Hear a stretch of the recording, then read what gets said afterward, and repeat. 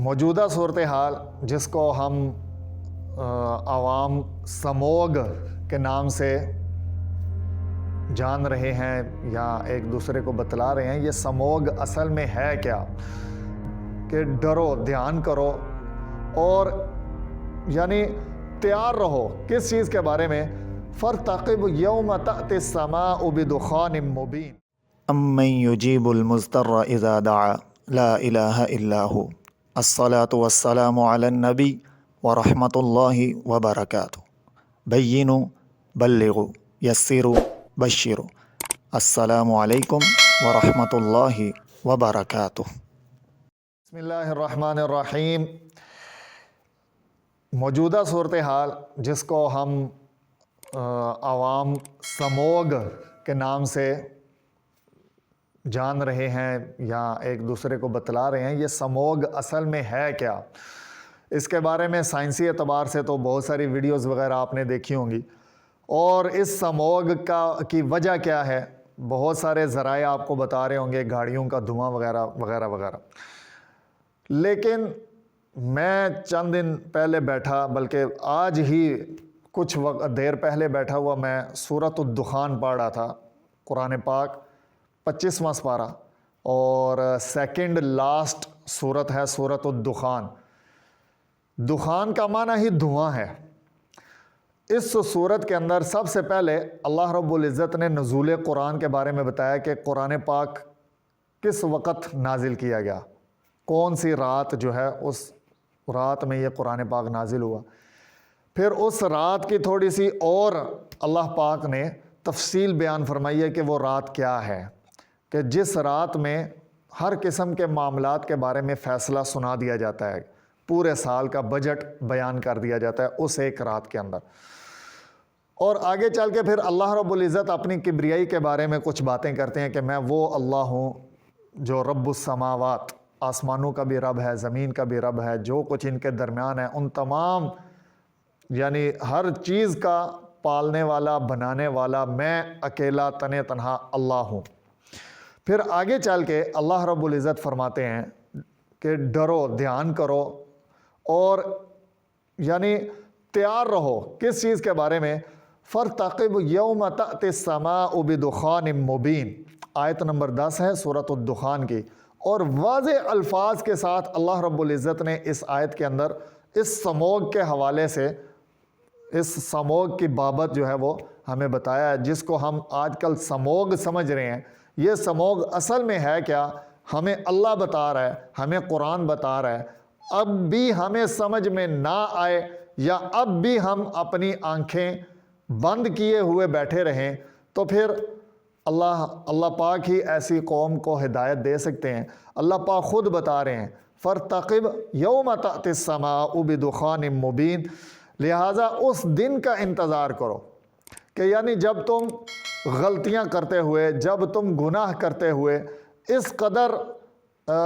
آگے بڑھ جاؤ گے کہ پھر اللہ رب العزت کو تمہارے گناہوں کی پاداش کے اندر تمہیں ایک دردناک عذاب سے ڈرانے کے لیے اللہ رب العزت کیا کریں گے؟ اس دن کا انتظار کرو کہ جس دن آسمان ایک واضح دھواں لے کر نمودار ہوگا، اور وہ واضح دھواں آج ہم سارے کے سارے اپنی آنکھوں سے دیکھ رہے ہیں۔ اس کے باوجود ہم اللہ سے توبہ نہیں کر رہے، اس کے باوجود ہم استغفار نہیں کر رہے، اس کے باوجود ہم گناہوں سے باز نہیں آ رہے، اس کے باوجود ہم جھوٹ، غیبت، زنا سے باز نہیں آ رہے، اس کے باوجود ہم ناپ تول میں کمی کرنے اور اس کے باوجود ہم ملاوٹ سے بھی باز نہیں آ رہے۔ اس کے باوجود اتنے واضح الفاظ میں اللہ رب العزت کی طرف سے صاف واضح الفاظ میں بتا دینے کے باوجود بھی اگر مجھے ذرا سا بھی احساس نہیں ہو رہا تو پھر ہم وہی ہیں صم بکم عمی فہم لا یرجعون، کہ ان کے پاس کان تو ہیں لیکن یہ پھر بھی بہرے ہیں، ان کے پاس زبان تو ہے لیکن یہ پھر بھی گونگے ہیں، ان کے پاس آنکھیں تو ہیں لیکن یہ پھر بھی اندھے ہیں۔ کہیں ایسا تو نہیں ہو گیا ہوا کہ ہمارے دلوں پر سٹمپ لگا دی گئی ہو، ختم اللہ علی قلوبہم، اللہ پاک نے ان کے دلوں پر مہر لگا دی۔ یہ ساری باتیں کچھ لوگ تو وہ ہیں کہ جو کہتے ہیں کہ یہ تو ان کے بارے میں تھی، لیکن بہت سارے ایسے آج بھی اس دور کے اندر، آج بھی اس وقت کے اندر بھی موجود ہیں جو یہ سمجھتے ہیں کہ یہ ساری باتیں میرے لیے ہیں، یہ ساری باتیں ہمارے لیے ہیں۔ اللہ پاک فرما رہے ہیں فرتقب، انتظار کرو، فرتقب یوم تأتی السماء بدخان مبین، اس دن کا انتظار کرو کہ جب آسمان ایک واضح دھواں لے کر نمودار ہوگا، اور وہ واضح دھواں وہ کیا ہے؟ جب وہ لوگ اس واضح دھوئیں کو دیکھیں گے تو لوگوں کا کیا عالم ہوگا؟ فرمایا یغش الناس، لوگوں پر وہ دھواں چھا جائے گا۔ آج دیکھیں، پہلے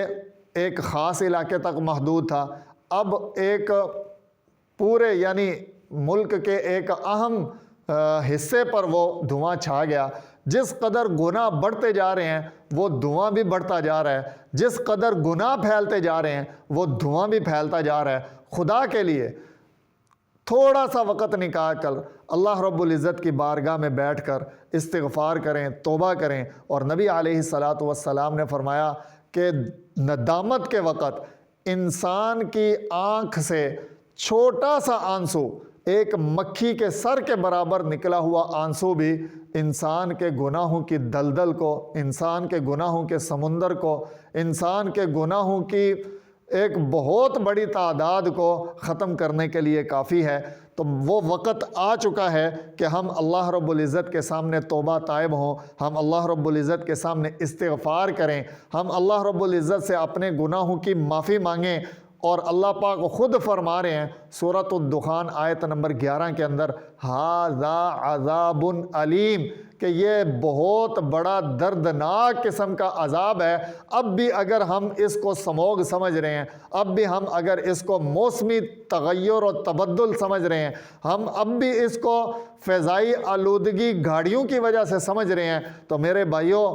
عقل کے ناخن، عقل ہوش کے ناخن لینے کی اور عقل کو استعمال کرنے کی ضرورت ہے، اور اپنے گناہوں کو چھوڑنے کی اور رب کے سامنے سر بسجود ہونے کی ضرورت ہے۔ اللہ پاک مجھے ہم سب کو اس بات کی سمجھ عطا فرمائے۔ اسی سلسلے کے حوالے سے آج میرے مادرہ علمی جامعہ اشرفیہ لاہور کے اندر نماز استسقاء بھی ادا کی جا رہی ہے، اور بھی بہت ساری مساجد کے اندر اس حوالے سے دعائیں کی جا رہی ہیں بارش کے حوالے سے۔ تو ہم سارے کے سارے آج کے پیغام کے ذریعے جو ہے وہ یہ بات دعا بھی کریں اللہ پاک سے، اللہ پاک باران رحمت عطا فرمائے، اور وہ الفاظ کہ جن الفاظ سے نبی صلی اللہ تعالیٰ علیہ وسلم نے اللہ پاک سے بارش مانگی تھی، ہم وہ الفاظ بھی اپنی زبانوں سے ادا کریں، اور وہ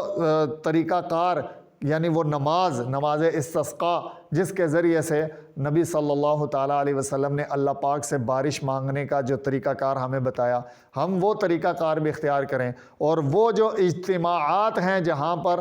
یہ نماز استسقاء ادا کی جا رہی ہے، ہم ان اجتماعات کے اندر بھی شرکت کریں۔ اللہ رب العزت ہمیں عمل کی توفیق عطا فرمائے۔